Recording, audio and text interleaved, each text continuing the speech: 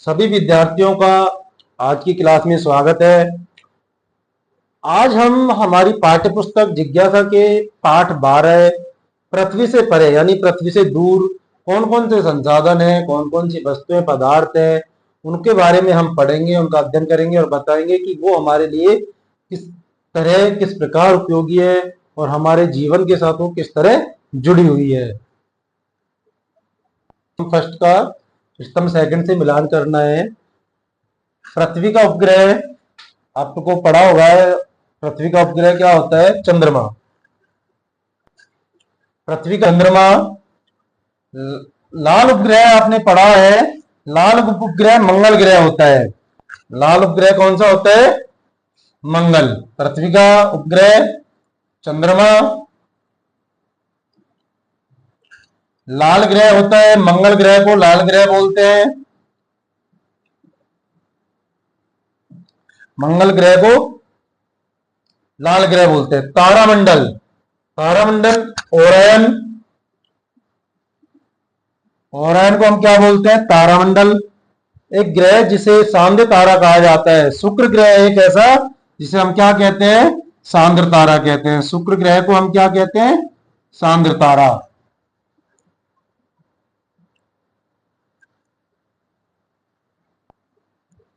ये शुक्र ग्रह मिसप्रिंट हो गया है, तो यहां सही कर लेना इसको। शुक्र ग्रह।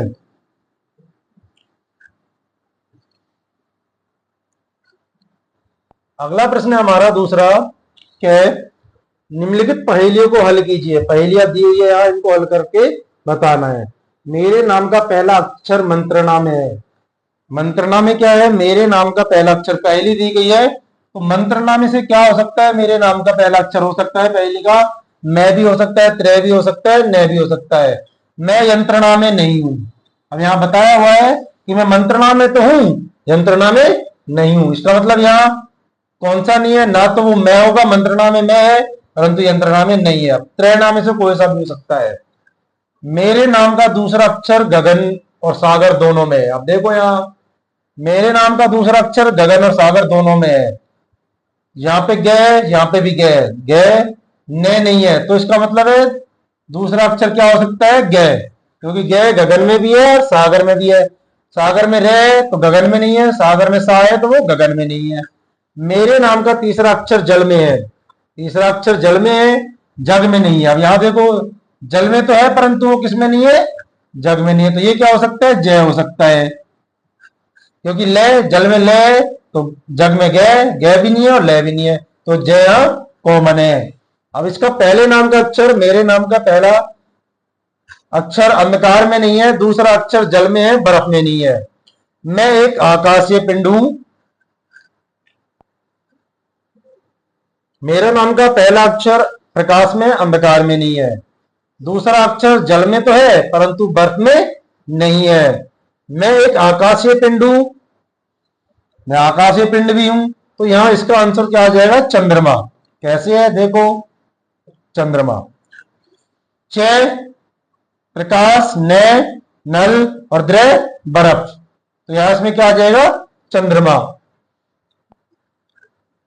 सूर्य की पर ग्रह हूं, कौन सा ग्रह होता है? चंद्रमा, तो ये क्या हो गया? चंद्रमा।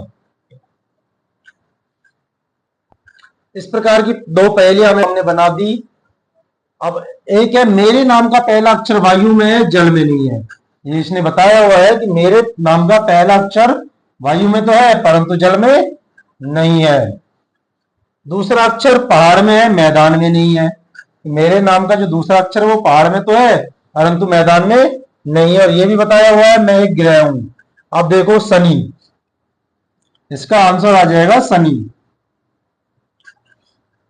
शनि में क्या होता है? स बराबर वायु और न बराबर पहाड़, तो इसका आंसर आ जाएगा शनि।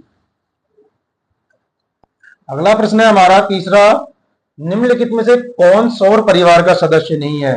हमें बताना है कि निम्नलिखित में कौन सौर परिवार का सदस्य नहीं है। चार ऑप्शन दिए हुए हैं, उन चारों में से हमें बताना है। तीन तो है सौर परिवार के सदस्य और चौथा सौर परिवार का सदस्य नहीं है। लगभग ये भी क्या है? सौर परिवार का सदस्य है। क्षुद्र ग्रह भी सौर परिवार का सदस्य होता है। प्लूटो भी सौर परिवार का सदस्य है, क्या नहीं है यहाँ, धूमकेतु सौर परिवार का सदस्य नहीं है। चौथा प्रश्न है हमारा, निम्नलिखित में से कौन सूर्य का ग्रह नहीं है। हमें यहां बताना है, चार ऑप्शन दिए हुए हैं, चार में से तीन तो सूर्य के ग्रह हैं और एक सूर्य का ग्रह नहीं है। एक नहीं है, उसका हमें नाम बताना है कौन सा नहीं है। बृहस्पति सूर्य का ग्रह है, वरुण भी सूर्य का ग्रह है, शनि भी सूर्य का ग्रह है। तो यहाँ प्लूटो इसका गलत जवाब हो जाए, प्लूटो सूर्य का ग्रह नहीं है। हमारा ऑप्शन क्या सही हो जाएगा यहाँ, प्लूटो। यह प्लूटो सूर्य का ग्रह नहीं है। अगला प्रश्न है हमारा पांचवा, ध्रुव तारा और लुब्धक में से कौन अधिक चमकदार तारा है। हमें बताना है कि ध्रुव तारा और लुब्धक में से कौन अधिक चमकदार तारा है। दोनों यहाँ तारे दिए हुए हैं, एक तो ध्रुव तारा और लुब्धक तारा, इन दोनों में से सबसे अधिक जो चमकदार है उस तारे का हमें नाम बताना चाहिए। जो लुब्धक तारा है वो ध्रुव तारे से अधिक चमकदार है। जो लुब्धक तारा होता है, लुब्धक तारा ध्रुव तारे से अधिक चमकदार है। प्रश्न नंबर 6 हमारा, सौर परिवार का किसी चित्रकार द्वारा बनाया गया चित्र 12.12 में दर्शाया गया है, क्या इसमें ग्रहों का क्रम ठीक है। यहाँ एक किसी चित्रकार द्वारा सौर परिवार का चित्र बनाया हुआ है। अब ये पूछा है क्या ग्रहों का क्रम ठीक है। अगर ठीक है तो सही है, हमें बताना है ठीक है। यदि ठीक नहीं है तो उस चित्र के नीचे दिए गए बॉक्स में उनका सही क्रम लिखिए। ये बॉक्स दिए हुए हैं, उनके नीचे हमें सही क्रम लिखना है। ये बॉक्स दिए हुए हैं यहाँ 8, इनमें हमें क्रम लिखने हैं कि सबसे पहले कौन सा आएगा फिर कौन सा, उसके अकॉर्डिंग हमें यहाँ लिखना है, बताने हैं ग्रह। सबसे पहले बुध सूर्य के सबसे नजदीक होता है, तो इसमें आ जाएगा बुध। बुध ग्रह होता है वो सूर्य के सबसे नजदीक होता है। उसके बाद शुक्र ग्रह, जिसको हम सांद्र तारा भी बोलते हैं, शुक्र ग्रह को शुक्र ग्रह आ जाएगा। उसके बाद पृथ्वी। पृथ्वी, अगर हमसे क्वेश्चन पूछा जाए कि पृथ्वी के नजदीक कौन सा ग्रह है तो शुक्र ग्रह है। उसके बाद मंगल, मंगल ग्रह, फिर बृहस्पति,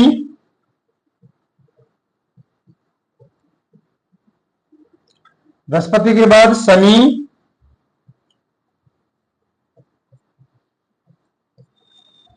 शनि के बाद यूरेनस, और यूरेनस के बाद आता है वरुण। ये क्या है, ग्रहों का क्रम है। सूर्य के सबसे नजदीक ग्रह होता है बुध, बुध के बाद फिर शुक्र ग्रह होता है, शुक्र ग्रह के बाद पृथ्वी, पृथ्वी के बाद मंगल, मंगल ग्रह के बाद होता है बृहस्पति। तो यहाँ बड़ा ग्रह दिखा हुआ है बृहस्पति, और सबसे बड़ा ग्रह पूछा जाए तो बृहस्पति। उसके बाद शनि, यूरेनस और लास्ट में वरुण ग्रह। तो ये ग्रहों का क्रम यहाँ दर्शाया गया है, इसके अकॉर्डिंग ये सारे ग्रह हमें लिखने हैं। अगला प्रश्न हमें दर्शाया गया है, एक चित्र दर्शाया हुआ है रात्रि का आकाश। रात्रि में जब हम आकाश को देखते हैं तो हमने देखा होगा वहां विभिन्न तारे आपको दिखाई देंगे, कोई चमक रहा है, कोई छोटा है, कोई बड़ा है। तो उसके अकॉर्डिंग हमें यहाँ बिग डिपर और लिटिल डिपर के, बड़े डिपर और छोटे डिपर के तारों को सरल रेखाओं द्वारा जोड़ना है। ध्रुव तारों को पहचानिए और चित्र में उसका नाम लिखिए। हमें बताना है कि ध्रुव तारा कौन सा है और उसका नाम भी हमें यहाँ लिखना है। ये मई गलत प्रिंट हो गया यहाँ चित्र में, इसका नाम लिखना है। आपने देखा होगा जो बिग डिपर होता है उसमें 7 ग्रह होते हैं। देखो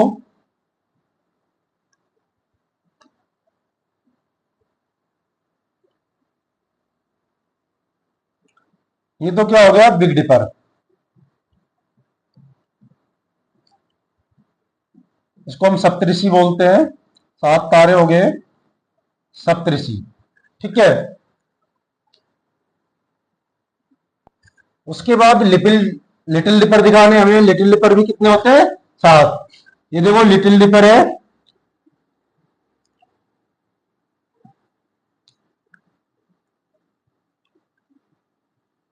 ये कितने हो गए? 7 हो गए। 1 2 3 4 5 6 7। इसको हम क्या बोलते हैं? ध्रुव तारा, पोल स्टार। ये अधिक चमकता है आकाश में, आपने देखा होगा। ध्रुव तारा होता है वो अधिक चमकता है। जो आकाश में सबसे अधिक तारा चमक रहा हो तो आपको वहां समझ जाना है कि वो तारा कौन सा है? ध्रुव तारा, पोल स्टार। अगला 8वां प्रश्न है हमारा, रात्रि आकाश का एक भाग चित्र 12.14 में दिखाया गया है। ये क्या है? आकाश का जो रात्रि का भाग है वो क्या 12.14 चित्र दिया हुआ है, उसमें दर्शाया गया है। इसमें ओरायन तारामंडल के तारों को सरल रेखाओं द्वारा जोड़िए। जो ओरायन तारामंडल के तारे हैं उनको यहां हमें जोड़ना है। तारे लुब्धक का नाम अंकित कीजिए। हमें तारे लुब्धक का नाम भी यहां अंकित करना है। इसके लिए आप चित्र 12.3 की सहायता ले सकते हैं। जो 12.13 चित्र था हमारा, उसकी हम सहायता ले सकते हैं। अभी जो प्रश्न पिछले प्रश्न में था, ये यहां देखो, ये हमारा लुब्धक हो गया। हमें यहां लुब्धक को दर्शाना है। कैनिस मेजर, ये हमें ओरायन का ये चित्र बना दिया है। इसको यहां तारों से हमें यहां दर्शा रहे हैं।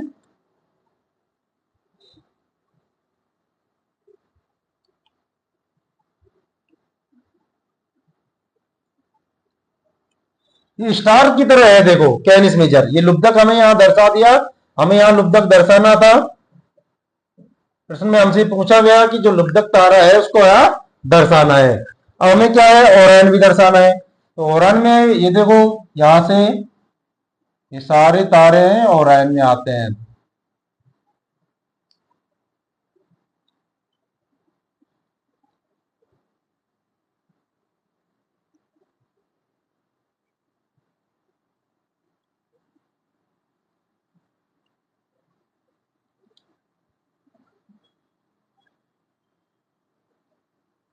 ये किस में आ गए? ओरायन में आ गए।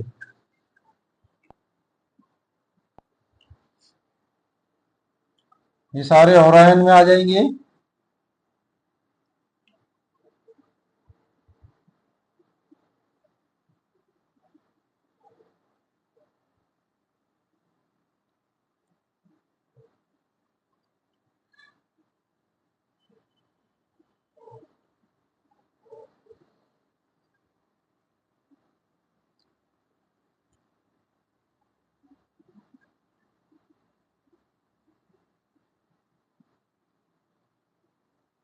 जहां हमने ओरायन को प्रदर्शित कर दिया। अब इसमें साथ में एक रोहिणी और होता है, उसको हम ये दिखा रहे हैं तारे सारे। ये देखो,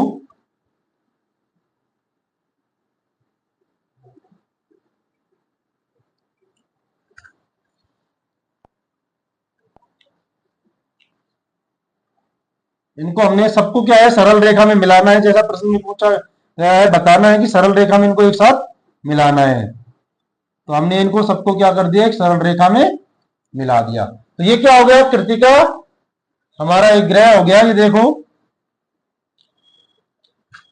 अब हमने इसमें लुब्धक भी तारा है, लुब्धक तारा वो भी हमने यहां दर्शा दिया। और ओरायन भी यहां हमने प्रदर्शित कर दिया। सरल रेखाओं में यहां सबको हमने दर्शा दिया।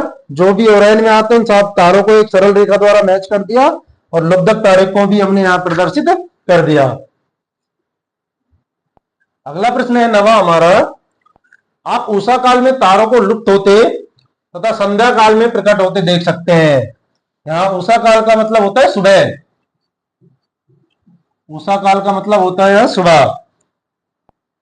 हम सुबह, आपने देखा होगा, तारे दिखाई नहीं देते क्योंकि वहां सूर्य का प्रकाश आ जाता है, इसलिए वो तारे सारे छुप जाते हैं। और संध्या काल यानी शाम के टाइम प्रकट होते देख सकते हैं। तारों को हम सुबह लुप्त होते देख सकते हैं और शाम के टाइम प्रकट होते देख सकते हैं। दिन के समय आप तारों को नहीं देख पाते। हमने दिन के समय तारों को नहीं देख पाते। ऐसा क्यों होता है? क्योंकि जो सूर्य का प्रकाश है वो उसकी लाइट होती है, उसकी रोशनी होती है, बहुत ज्यादा होती है। इसलिए उस रोशनी में क्या होता है? जो तारे होते हैं वो दिखाई नहीं देते। तो इसका है, दिन के समय सूर्य की तेज रोशनी में तारों को फीका कर देती, सही बात है। हमने बताया कि जो दिन के समय सूर्य की बहुत ज्यादा रोशनी होती है वो तारों को फीका कर देती है, जिससे वो हमारी आंखों के लिए अदृश्य हो जाते हैं। उसके कारण क्या है, वो हमें दिखाई नहीं देते। वायुमंडल सूर्य के प्रकाश को बिखेर देता है। वायुमंडल होता है जो हमारा सूर्य के प्रकाश को चारों तरफ दिखाई देता है, जिससे नीला आकाश बन जाता है। आपने देखा होगा दोपहर के टाइम में नीला आकाश बन जाता है और तारों की फीकी रोशनी छिप जाती है। क्यों? क्योंकि सूर्य की रोशनी, सूर्य के प्रकाश की रोशनी ज्यादा होती है। सूर्य के प्रकाश की रोशनी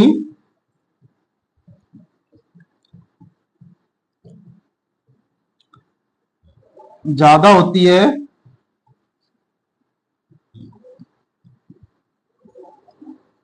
जबकि तारों की चमक कम होती है। जब तारों की रोशनी कम होती है, तारों की रोशनी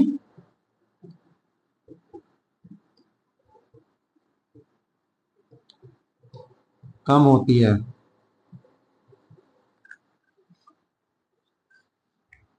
अगला प्रश्न है हमारा 10वां, लास्ट प्रश्न है ये। रात में जब आकाश साफ हो, आपने देखा होगा कि रात में जब आकाश साफ हो तो बिग डिपर सप्तऋषि के अवलोकन का प्रयास 2-3 घंटे के समय अंतराल पर 3-4 बार कीजिए।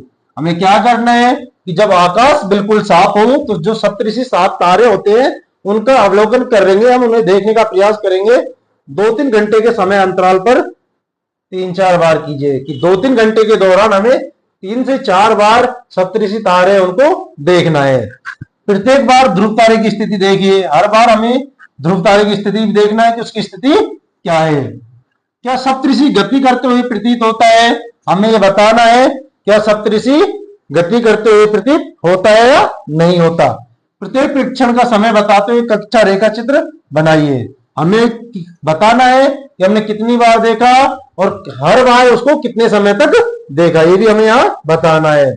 और इसका आंसर है बिग डिपर। जो सप्तऋषि है हमारा, सप्तऋषि को हम क्या बोलते हैं? Big dipper. पृथ्वी के घूमने के कारण ध्रुव तारे के चारों ओर घूमता हुआ दिखाई देता है। इसका मतलब है कि सप्तऋषि घूमता नहीं है। कौन घूमती है? पृथ्वी। हमारी जो पृथ्वी है वो घूमती रहती है, सप्तऋषि नहीं घूमता। सप्तऋषि नहीं घूमता है। पृथ्वी के घूमने के कारण ध्रुव तारे के चारों ओर घूमता हुआ दिखाई देता है। हमें ऐसा प्रतीत हो रहा है कि ये जो सप्तऋषि है घूम रहा है, परंतु वो घूमता नहीं है। घूमता कौन है? पृथ्वी घूमती है हमारी, और पृथ्वी घूमने के कारण हमें ऐसा प्रतीत हो रहा है कि ये हमारा जो सप्तऋषि है घूम रहा है और इसकी स्थिति बदलती रहती है।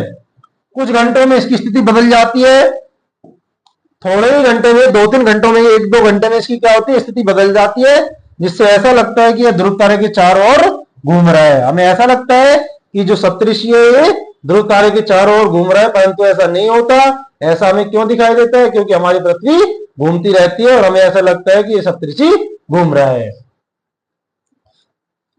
अब हमारी जो जिज्ञासा है, इस किताब के सारे अध्याय, जो 12 अध्याय 12 कंप्लीट हो गए। जिस भी विद्यार्थी ने, जिस बच्चे का कोई चैप्टर रह गया है, पीछे छूट गया है, तो हमने प्ले लिस्ट बनाई हुई है। वो प्ले लिस्ट पर जाके भी सारे अध्यायों का, पाठों का अध्ययन कर सकता है, उनको देख सकता है। और मुझे उम्मीद है जिस भी बच्चे ने ये पाठ YouTube से, हमारे चैनल से पढ़े होंगे, उसको आसानी से समझ में आ गया होगा, क्योंकि हमने बिल्कुल सरल तरीके से और शॉर्ट रूप में सारी चीजें समझाने की कोशिश की है। धन्यवाद।